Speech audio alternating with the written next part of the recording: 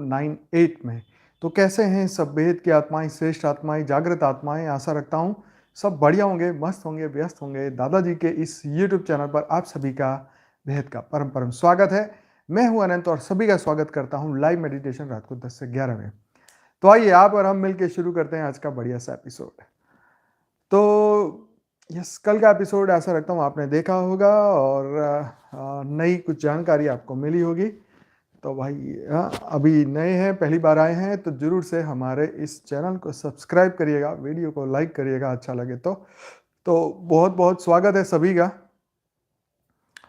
तो आज हम बात करने वाले हैं इंस्पिरेशन मिलने वाली कुछ स्टोरीज के बारे में। तो भाई आज का हमारा जो पहला जो एक स्टोरी है, मन को काबू कैसे करें, उसके ऊपर हम चर्चा करने वाले हैं। तो आप सभी की प्रतिक्रिया बहुत हेल्पफुल होएगी। आपके जो भी कमेंट हैं और लोगों को हेल्प करेंगे। तो ज़रूर से अपने कमेंट देते रहिएगा जैसे जैसे वीडियो आगे बढ़ता जाएगा। आपके सुझाव और कमेंट जो है नए लोगों को बहुत हेल्पफुल होता है। तो शुरू करते हैं आज का बढ़िया सा एपिसोड और जल्दी से सब फटाफट आ जाए ताकि करें हम अपना शुभारंभ। यस, एक सेकेंड।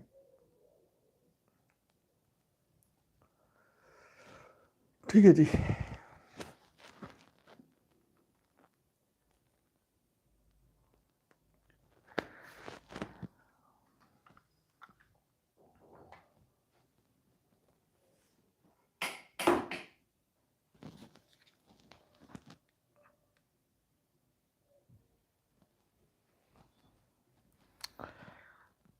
तो भाई मन पर विजय कैसे, ये है आज का हमारा पहला टॉपिक और भी चर्चा तो होने ही वाली है। तो भाई सबका इस मन पर ही जोर है। आप धार्मिक ग्रंथों में पढ़े या किसी भी गुरु के सानिध्य में सत्संग या कीर्तन में शामिल हो, सभी इस मन को साधने की बात करते मिल जाएंगे। पर सवाल यह है कि यह संभव पॉसिबल है या नहीं। तो भाई मन को कंट्रोल करना सबके लिए मुसीबत है, ज़्यादा मुसीबत है। ठीक है, तो आइए जानते हैं उसके बारे में। देखो, गीता में भी भगवान ने तो ये इसीलिए बोला ना कि मन तू मुझे दे दे, क्योंकि पता है कि ये बहुत मुश्किल काम है। इसलिए तू पहले मन मुझे दे दे और फिर तू आत्मस्वरूप में आगे बढ़, फिर तू स्थित प्रज्ञ बन। तो भगवान ने तो गीता में यही सीधा रास्ता दिखा दिया। यह जानना जरूरी है कि मन बना कैसे है। यह है क्या इस पर चर्चा कोई नहीं करता। जब तक जानकारी नहीं होगी तब तक इसको साधना संभव नहीं। इसके साथ भी रिश्ता बनाने के लिए इसे जानना जरूरी है। तो ये बात सही है कि किसी से आपको रिश्ता बनाना है, रखना है, आगे बढ़ना है, तो पहले उसको जानना बहुत जरूरी है। तो भाई मन को भी अगर मन से आपको क्योंकि आज क्या प्रॉब्लम है कि पूरी दुनिया में सभी जगह लोग भटक रहे हैं क्योंकि मन दुश्मन है। मन स्वयं का दुश्मन है। सबसे दुख की बात यही है और इसीलिए मन पे काबू पाना सब चाहते हैं, लेकिन मन काबू में आता नहीं है। जब तक विचारों को नहीं समझोगे, मन को नहीं समझोगे, तो ये शास्त्रों में तो सभी जगह यही बात बोली जाती, मन के जीते जीत, मन के हारे हार। इसीलिए बात बोली गई क्योंकि मन पे कोई जीता नहीं, इसीलिए बात हुई। तो जहाँ पे ये मन नहीं था तो तब तो तुम विन विन सिचुएशन में ही थे ना। तो ये बातें क्यों बोलनी पड़ी कि मन के जीते जी, क्योंकि मन जो है ना, जीतने के बाद भी हार जाता है, हारने के बाद भी हार जाता है कई बार हारते हुए भी जीत जाता है। जैसे आप अपने छोटे बच्चे के साथ खेल रहे हो तो तुम हार जाते हो, वो जीत जाता है। तो हम हारते इसलिए हैं कि वो बच्चा खुश हो जाएगा, उसके एक्सप्रेशन और उसके खुशी को देख के हमें ज़्यादा मजा आएगा, इसलिए हम कहते हैं कि चलो हार जाते, बच्चा जीत जाएगा, उसको इंस्पिरेशन मोटिवेशन मिलेगा। तो हम हारते हैं तो कुछ पाने के लिए, हमको वो खुशी चाहिए, उसको देखने का एक्सप्रेशन, उसका आनंद हमें पाने के लिए हम हार जाते हैं।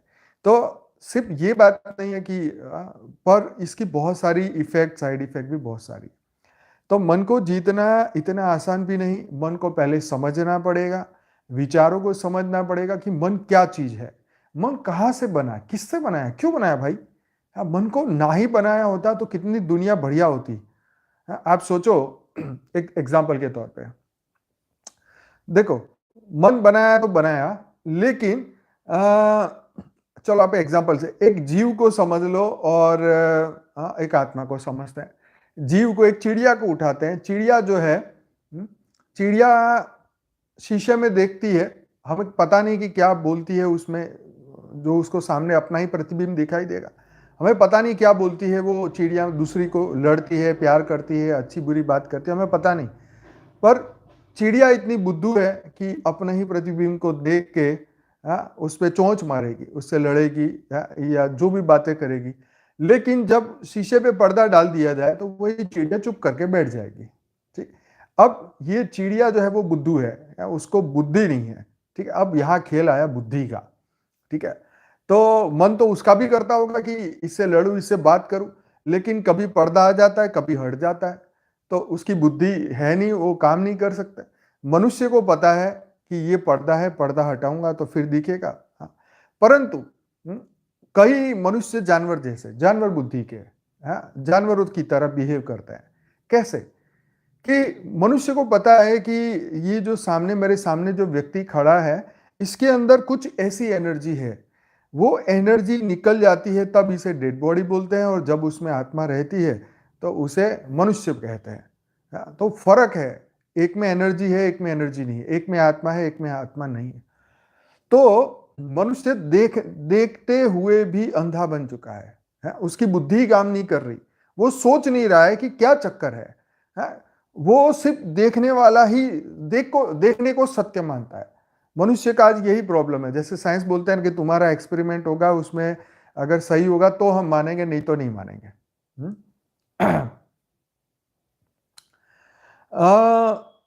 तो ये महत्व की बात यह है कि हमें, ये मनुष्य को ये समझ नहीं आता कि क्यों ऐसा, जो दिखता है उसी को हम सच मानते हैं, जो नहीं दिखता उसे हम उसको सत्य नहीं मानते। इसलिए भगवान ने गीता में बोला कि जो दिखता है, जो दिखता है वो नाशवंत है, और जो नहीं दिखता वो सत्य है। तो तुम्हें एक तर्क दिया गया, तुम्हें एक दृष्टि दी गई, तुमको ये बताया गया, तुम्हारी बुद्धि को जागृत किया गया कि अगर इसमें कुछ वो नहीं है तो वो आत्मा नहीं है। तो आत्मा के बारे में जानो। फिर भगवान बताते हैं कि मन से श्रेष्ठ है बुद्धि, बुद्धि से श्रेष्ठ है आत्मा, तो आत्मा की चिंता करो। तो आत्मा की चिंता करने के बारे में भगवान बोलते हैं। तो भी मनुष्य जो है वो आत्मा के बारे में सोचना नहीं चाहता, जानना नहीं चाहता। तो ये तो बुद्धि जानवर वाली हो गई ना। जैसे वही चिड़िया वाला एग्जाम्पल, शीशे में देख देख के उसको देख, उसके साथ लड़ेगा। बंदर के सामने शीशा रखो, चलो छोटे बच्चे के सामने शीशा रखो, वो कभी छुपेगा, कभी देखेगा, कभी छुपेगा, फिर देखेगा। जब तक वो अनजान है तब तक ऐसा करेगा। जैसे ही उसमें बुद्धि जागृत होगी, अरे ये तो मैं ही हूं, उसको पता चल जाएगा, उस दिन फिर छुपम छुपाई खत्म हो जाएगी। तो ये कहने का मकसद ये है कि हमने आत्मा के बारे में नहीं जाना, ऐसे ही हमने मन के बारे में भी जानना पड़ेगा। हाँ। विकी कुछ लिख रहे हैं, अंकल एग्जाम के लिए तैयारी किस तरह करे, पास हो जाए। हाँ, पास होने के लिए कह रहे हैं, साल भर पढ़ाई कम ही हो तो क्या करें? भाई पढ़ाई तो भाई ऐसे कोई हमारे पास तरीके नहीं है, हम कोई ऐसे नहीं है, यहाँ कोई ज्योतिष नहीं है। हम तो यहाँ पे समझा रहे हैं, आपके मन के ऊपर बात कर रहे हैं, आत्मा के ऊपर बात कर रहे हैं। ये स्पिरिचुअल नॉलेज वाली चैनल है, ये कोई ज्योतिष वाली चैनल नहीं है। तो आप कोई ज्योतिष की चैनल पे जाइए और वहाँ पे कुछ आजकल वो नए मंत्र निकले ना, इटालियन वाले, तो वो मंत्र सीख के आइए और फिर वो बोलते रहिए, शायद आपका काम बन जाए। वैसे तो बनता नहीं है, पर उल्लू बना रहे हैं दुनिया, और दुनिया बन रही है।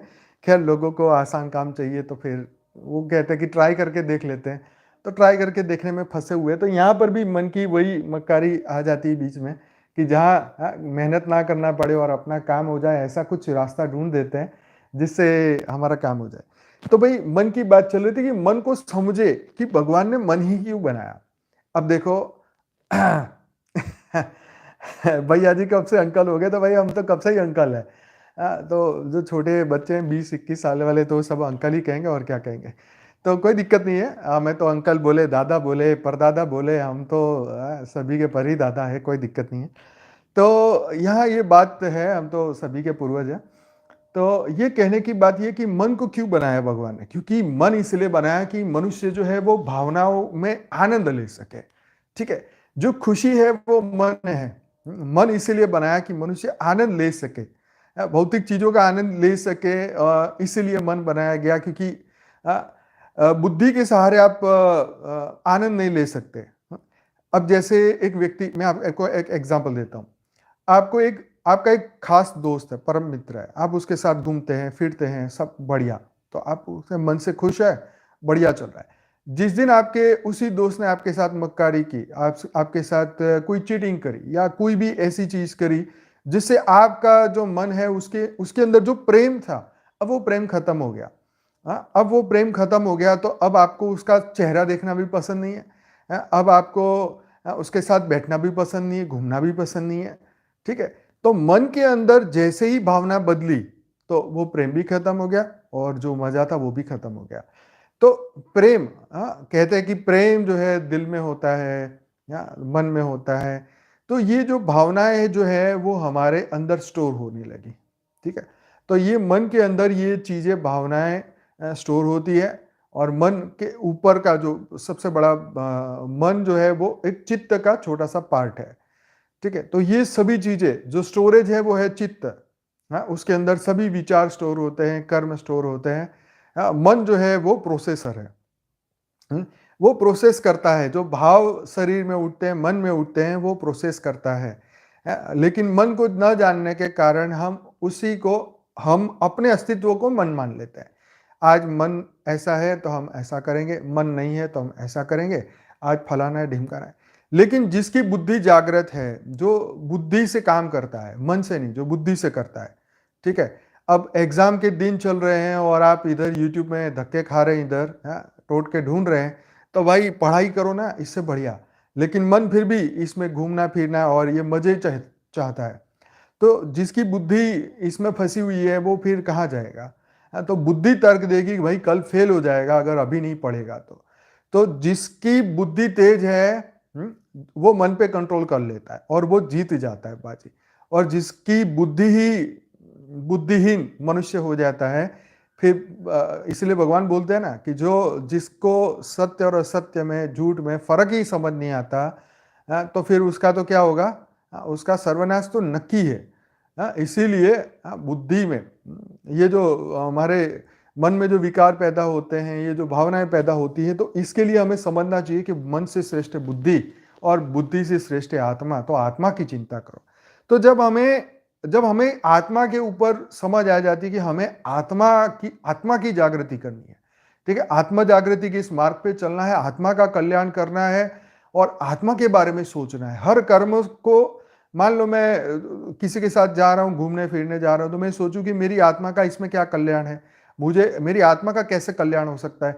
मैं 2 घंटे किसी से फोन पे बात करूँ, मैं सोचूं कि मेरी आत्मा को इससे क्या फायदा हो सकता है। जब तक हमें ये पता नहीं चलेगा, जब तक हम उसके ऊपर फोकस नहीं करेंगे तो आत्मा का कल्याण होगा ही नहीं, क्योंकि हम तो अभी मन को खुश करने में है, ठीक है? तो आत्मा के कल्याण के लिए हमें कर्म करने चाहिए, सोचना चाहिए। और ये बात जैसे हमारे भाई लिख रहे हैं कि ट्विन फ्लेम क्या है, तो भाई बापूजी का एक बहुत बढ़िया वीडियो है कि पति पत्नी, आप चैनल पे अभी जाइए और वहाँ पे पति पत्नी का संबंध, पिछले जन्मों का क्या संबंध है, वो वीडियो का टाइटल है। 1 करोड़ से ज़्यादा लोगों ने देखा और करीबन 70,000 लोगों ने वीडियो को लाइक किया है। तो अगर आपने नहीं देखा तो देख लीजिए, जवाब मिल जाएगा। तो मन की बात हो रही थी कि मन को साधना से कंट्रोल किया जाता है। चलिए आगे बढ़ते हैं। 5 तत्वों के इस शरीर में 2 तत्व चलायमान है, जिसे हम हवा और पानी के रूप में जानते हैं। जो जड़ तत्व है, जिन्हें हम धरती और अग्नि के रूप में जानते हैं। एक तत्व आकाश है जो तटस्थ है। हमारा यह 5 तत्वों का शरीर इन आंख, कान, नाक, जीवा, स्पर्श की शक्ति से सुसज्जित है, जो बाहर के प्रभाव को हम तक पहुंचाता है। तो एक बात बिल्कुल सही है, जो हमें दिख रहा है उसको देख के मन लालायित हो जाता है। पानी पूरी की लारी के आगे से जाओगे और उसको देख लिया तो फिर आप रोक नहीं पाओगे कि यार चल रुक के खा ही ले। या आप ऐसी कोई दृश्य देख लो और उसको देख के आपका मन उत्तेजित हो जाएगा, ठीक है? फिर आपकी बुद्धि के अरे छोड़ छोड़ छोड़, ये तो खा खा के पता नहीं, ये तो पानी में ये मिलाते वो मिलाते, फिर आप वहां से आगे चले जाते हो, ठीक है? तो कहने का मकसद ये है कि हम देखने से प्रभावित हो जाते हैं। कोई हमें उकसा ले, दो बातें ऐसी बोले, ज्ञान योग सब छोड़ के बस गाली पे उतर आता है इंसान। ठीक है, तो यहाँ पे जो बातें बोली ना कि आंख, कान, नाक, जीवा, स्पर्श, तो ये शक्ति जो है ना, ये हमें प्रभाव में डालती है। ये जो इंद्रियां हैं, इसके पीछे सूक्ष्म इंद्रियां हैं जो कि मन से कनेक्टेड है। संदीप महेश्वरी रीइंकार्नेशन को नहीं मानता है, तो भाई नहीं मानते तो सनातन धर्म में तो रीइंकार्नेशन बताया है, नहीं मानते तो उनको पता क्यों नहीं मानते, लेकिन सनातन धर्म में तो लिखा है, वैसे मानते ही होंगे, आपको ऐसा गलत फहमी हुई है। बाकी उनकी वीडियो भी मैंने देखे हैं, तो ऐसी तो कभी उन्होंने बात नहीं की है, पर ठीक है, रीइंकार्नेशन को तो आज पूरी दुनिया मानती है, तो वो तो सनातनी है, वो तो डेफिनेटली मानते ही होंगे। इस प्रभाव से जल तत्व और वायु तत्वों में तरंग पैदा होती है, जिसकी एक वेल लेंथ या फ्रीक्वेंसी होती है।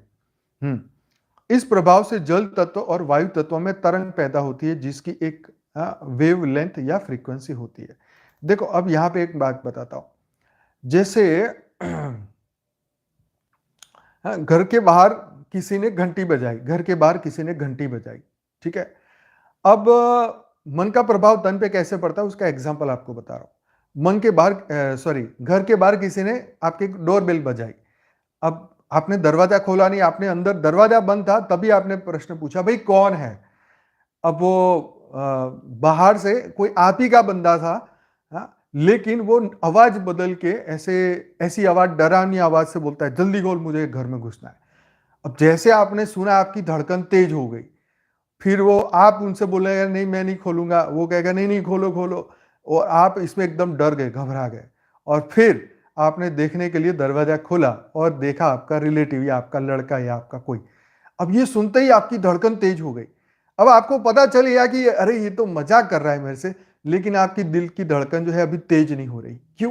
क्योंकि अंदर क्या आ गया, डर आ गया, भय आ गया। अब भय को निकलने में क्या लगेगा, टाइम। ठीक है, तो मन ने भय को देखा, आंखों से, कानों ने सुना, आंखों से देखा, उसे देखने के बाद शांति पड़ी कि अरे ये तो मजाक कर रहा है हमारे से। लेकिन दिल की धड़कन तेज हो गई, तो उस धड़कन को शांत होने में टाइम लगेगा। तो ये चीज, ये जो है ना, ये बात मैं इसलिए बता रहा हूं, जैसे यहां लिखा ना, जल तत्व और वायु तत्व में तरंगे पैदा होती है, इसकी फ्रीक्वेंसी होती है।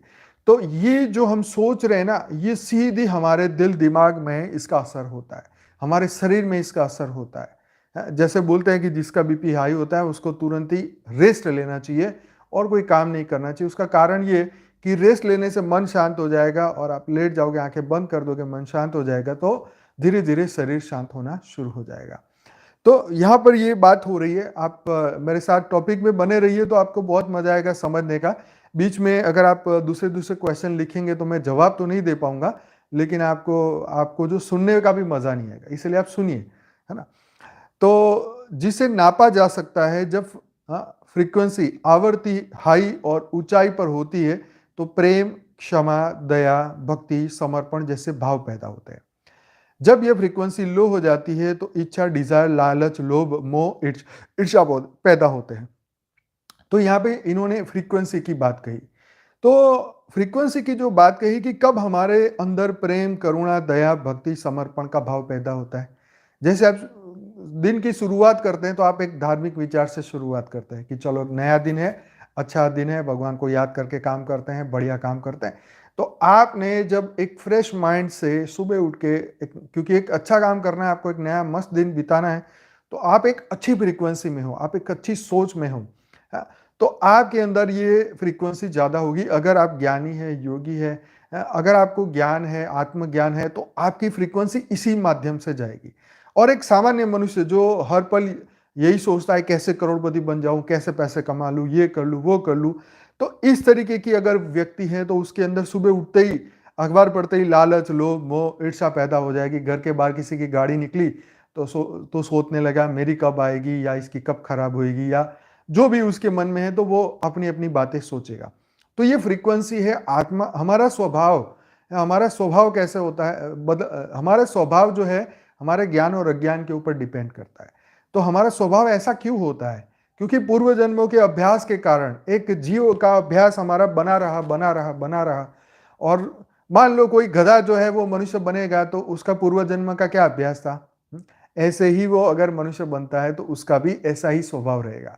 फिर हम कहेंगे भाई ये तो गधे जैसा है, ये तो कुत्ते जैसा है, भौंकता रहता है, भौंकता रहता है।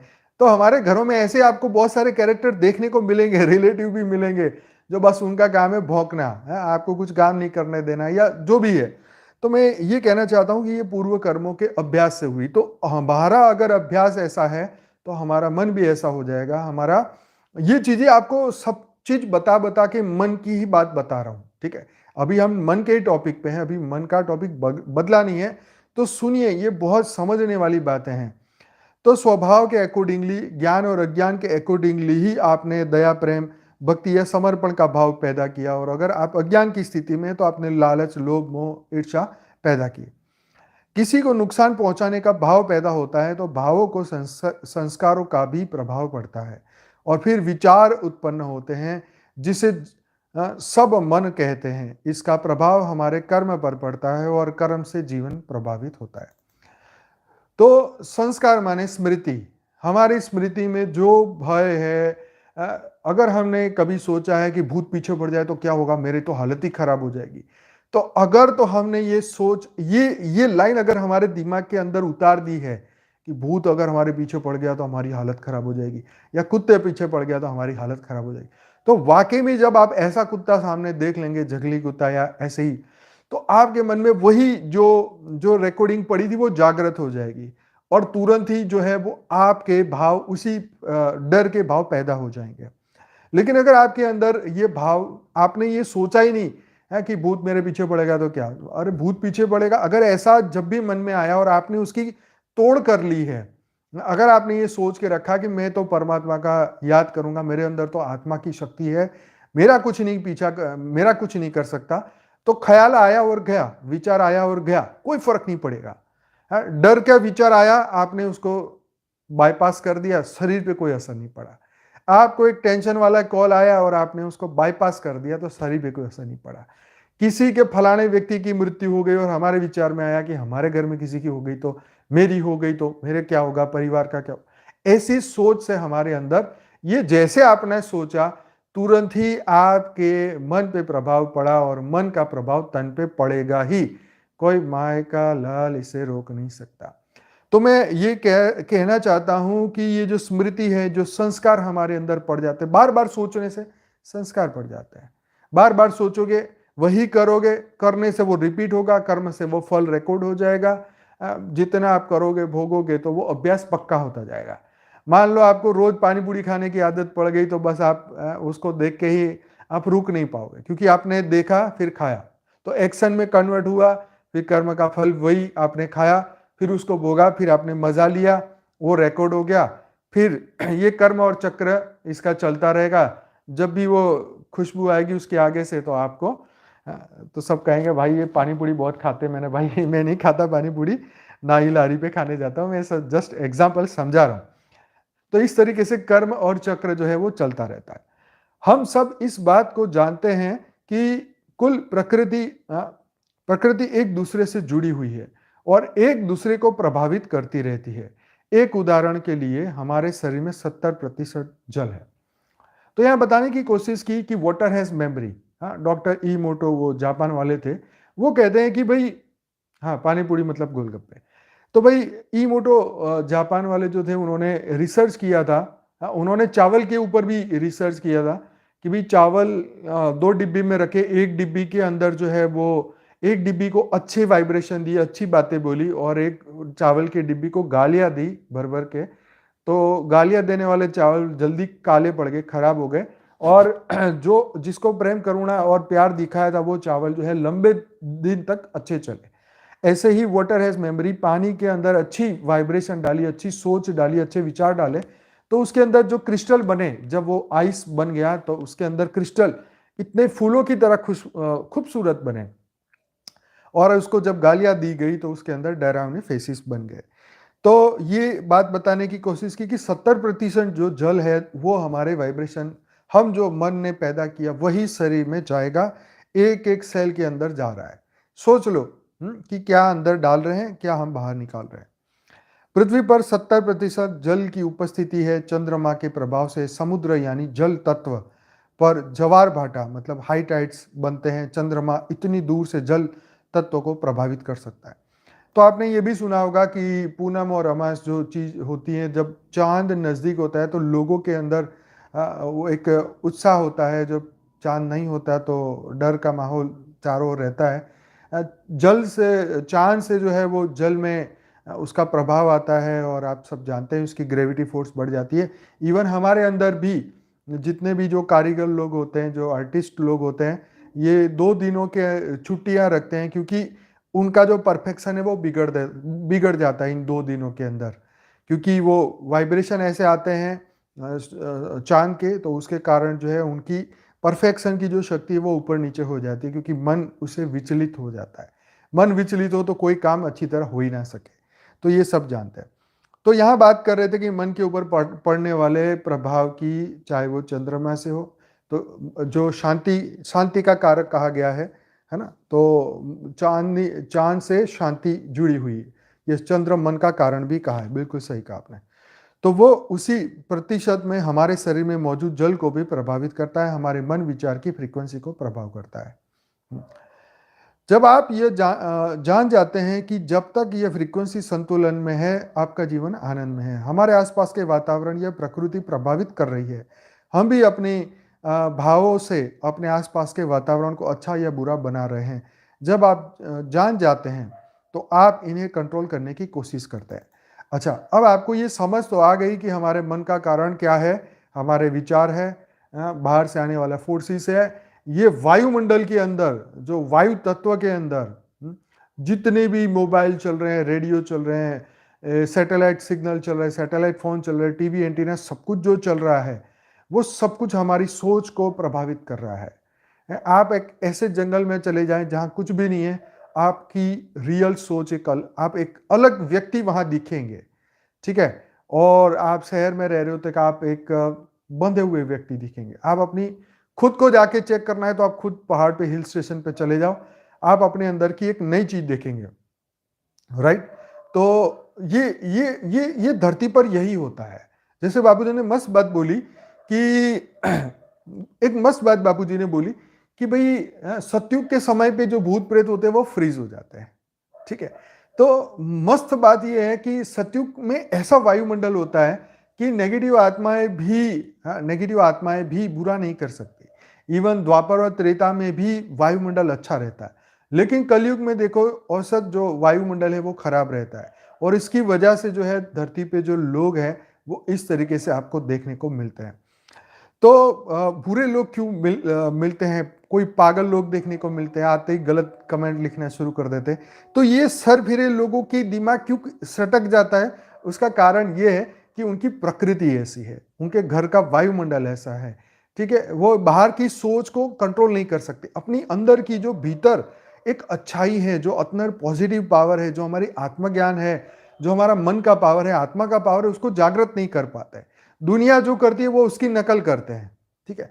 किसने उसको गाली भी बोली तो उसने किसी और को चिपकाई, ठीक। तो उसका कारण क्या है कि उसको फिल्टर करना नहीं आता, उसके अंदर भीतर शांति नहीं है। तो इसके कारण क्या होता है कि मन जो है हमेशा अशांत रहता है। प्रॉब्लम ये नहीं है कि तुमने तीसरे बंदे को गाली दी, प्रॉब्लम ये है कि तुम भाई दुखी ही रहे होगे, सीधी सी बात है। क्यों?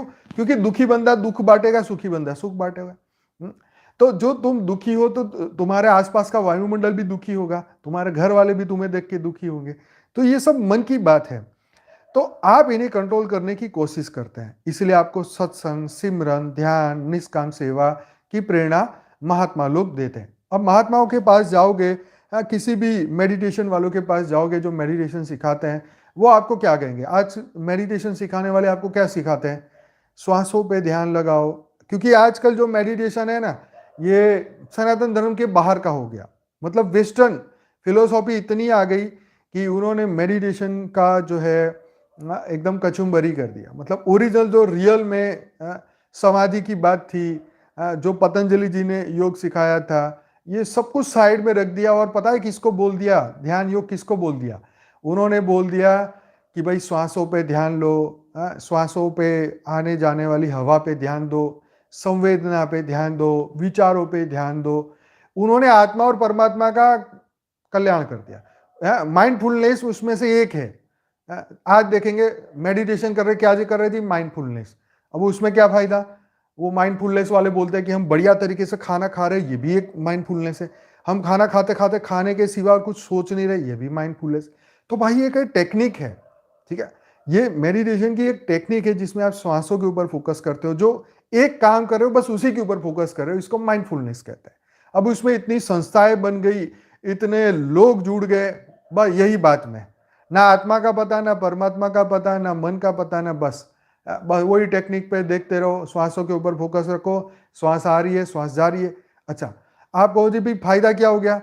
ना, तो फायदा ये हुआ कि तुमने फालतू बातें सोचनी बंद कर दी, तो आपके मन को शांति मिली, तो आपको लगा ये तो बहुत बढ़िया है, ठीक है। तो आप फिर उसमें फंस गए। तो यहाँ पर जो अष्टांग योग की जो बात थी, यम नियम आसन प्राणायाम प्रत्याहार धारणा ध्यान और समाधि, ये तो बात ही सब भूल गए, ठीक है। तो ये समझने वाली बात है।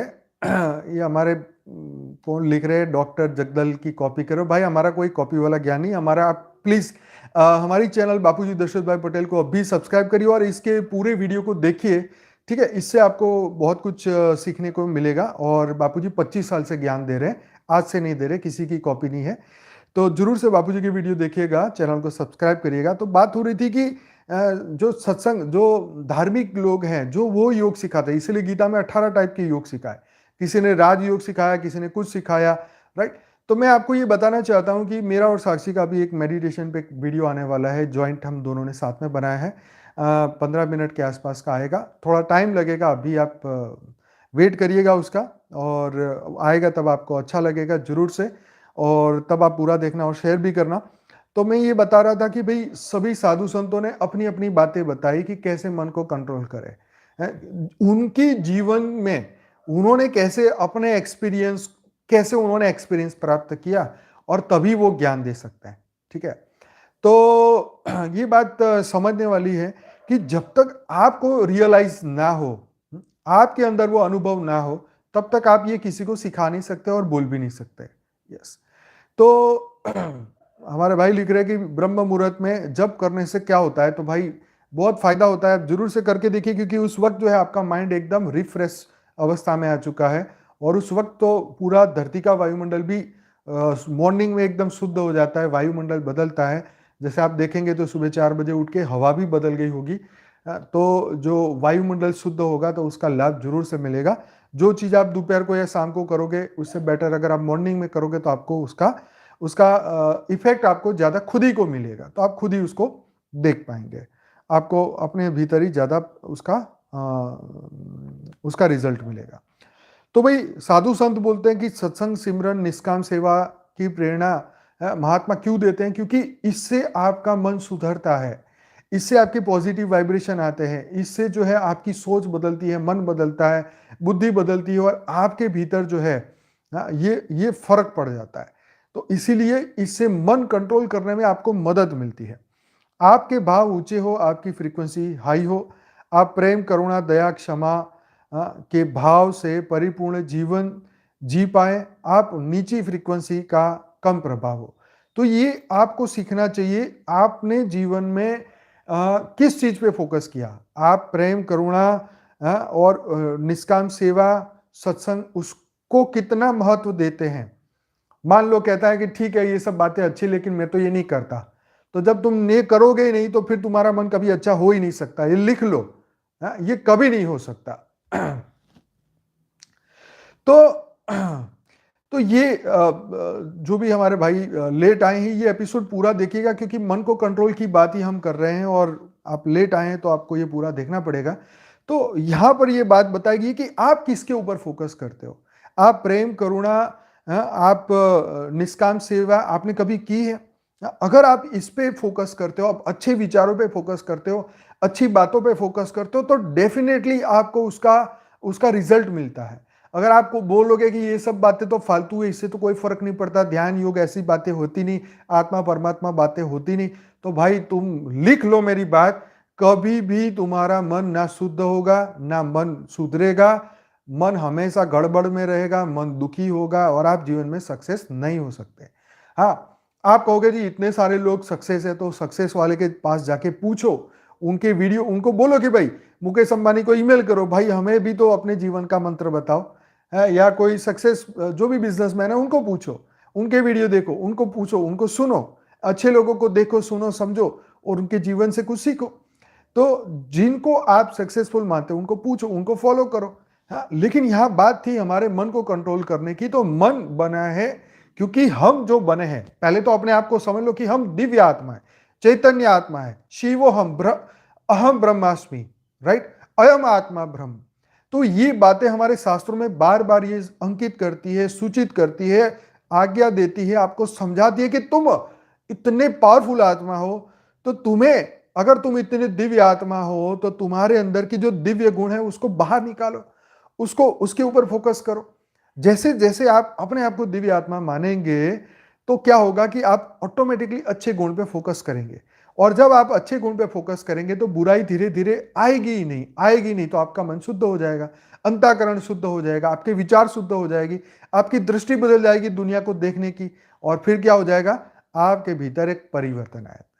जो हम चाहते हैं, जो परिवर्तन आप खुद चाहते हैं वो आप देख पाएंगे जब आप ज्ञान, योग, सेवा, धारणा पे फोकस करेंगे। हाँ जी। तो ये जैसे हम गरीब को खाना खिला दिया तो हमें अंदर से शांति हो गई, अरे वाह आज हमने अच्छा काम किया। चलो इसमें कोई ज्ञान की बात नहीं है, लेकिन एक हमारा अच्छा कर्म तो हुआ कि भाई चलो हम किसी को हमने मदद की, तो मदद करना एक हमारा अच्छा गुण है। तो ये गुण को हमने आज सुबह उठते ही जो है हमारे सनातन धर्म के अंदर गाय को भी खाना खिलाते हैं, उनको भी रोटी खिलाते हैं। तो ये चीज जो है हमारे अंदर है, हमारा एक संस्कार है कि ऐसा करने से हमारा दिन अच्छा होता है, हमने एक अच्छा कर्म किया, उसका हमें संतोष मिलता है। तो इसी तरीके से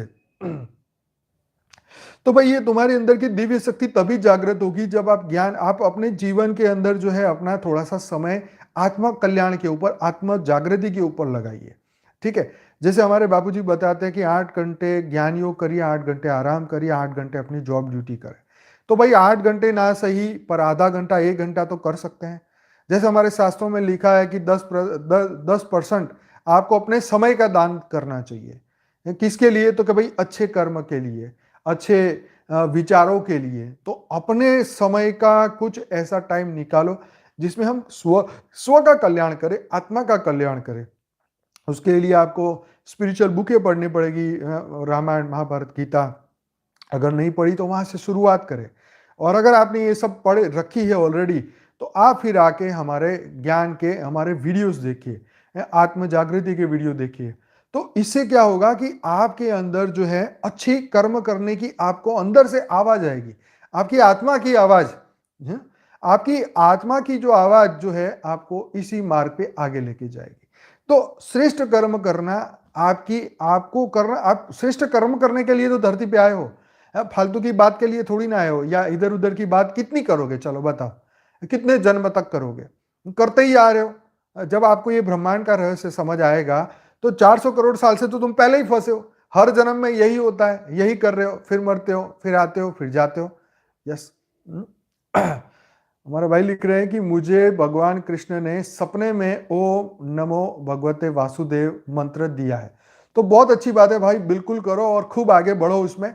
जिस दिन आपका ये मंत्र सिद्ध हो जाएगा, आपकी आत्मा जागृति होगी, फिर आप ज्ञान मार्ग में चलोगे और फिर ज्ञान आपको मिल जाएगा, और फिर आप, भगवान ने जो मंत्र दिया है, मंत्र के बाद आपको ज्ञान मिलेगा और फिर आत्मा जागृति पे आप चल पड़ोगे। तो भाई अच्छी बात है, भगवान ने आके आपको मंत्र दिया है तो आप पूरा उसको फॉलो करिए, और जिस दिन आपकी जागृति, आत्मा की आवाज बोले कि अब मुझे ज्ञान मार्ग में चलना है, तो जरूर से हमारे चैनल पे आना और वीडियो देखना और फिर आत्मा जागृति की ओर आगे बढ़ना। तो और आप ऐसे ही प्रेम दया के भाव अपने आसपास फैला पाएंगे, है ना। तो इसलिए कहते हैं कि गहन अंधकार में सबको रोशन होकर रोशनी फैलानी होगी, तभी यह संसार रोशन होगा, रोशन होगा, इस हर इंसान सुखी होगा। तो भाई वासुदेव कुटुंबकम, अगर आप पूरे विश्व की तमाम आत्माओं को शांति देना चाहते हो, परम शांति देना चाहते हो, तो इस गहन अंधकार में सबको रोशन होकर रोशनी फैलानी होगी।